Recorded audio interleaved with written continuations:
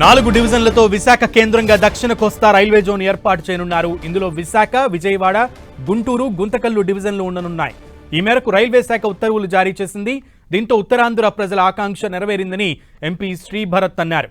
ఇది కూటమి ప్రభుత్వం మరో విజయమన్నారు. విశాఖ రైల్వే అభివృద్ధిలో చారిత్రాత్మక ముందడుగు అని అభివర్ణించారు. వాల్తేరును విశాఖ డివిజన్ పునర్నామకరణం చేయడం హర్షణీయమని శ్రీభరత్ పేర్కొన్నారు.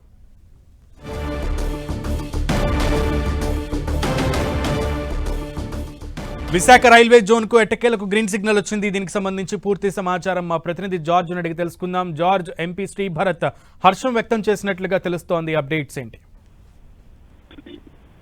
ఉత్తరాంధ్ర ప్రజలు ఆకాంక్ష నెరవేరిందని చెప్పుకోవాలి. విశాఖ రైల్వే జోన్ అభివృద్ధికి చారిత్రాత్మక అడుగు ముందు పడిందనే చెప్పుకోవచ్చు. ఎందుకంటే కేంద్ర ప్రభుత్వం విశాఖ కేంద్రంగా దక్షిణ కోస్తా రైల్వే జోన్ ను ప్రకటించింది. విశాఖపట్నంలో ప్రధాన కేంద్రంగా విశాఖ రైల్వే జోన్ లో 4 డివిజన్లు, Visakhapatnam division, Vijayawada division, Guntur division, Guntakal డివిజన్లు ఉండనున్నాయి. ఈ మేరకు ఉత్తర్వులు కూడా జారీ చేయడం జరిగింది.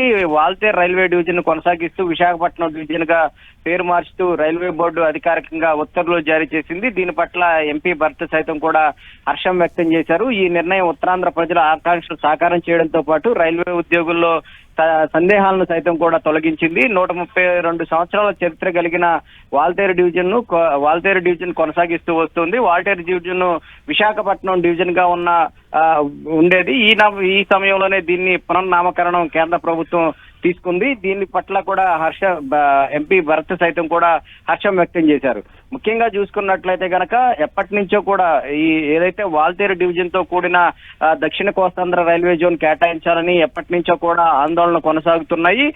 అయితే దీన్ని రాయగఢ్లో కలుపుతారంటూ కూడా పలు వదంతులు కూడా రావడం జరిగింది. అయితే ఇప్పుడు తాజాగా ఉత్తర్వుల జారీ ప్రకారం దాన్ని విశాఖ డివిజన్ గా నామకరణం చేస్తూ మొత్తం దాన్ని కూడా సైతం కూడా ఈ దక్షిణ కోస్తాంధ్ర రైల్వే జోన్ లో కలపడం పట్ల ఉత్తరాంధ్ర వాసులతో పాటు ఇటు ఎంపీ భరత్ కూడా హర్షం వ్యక్తం చేయడం జరిగింది.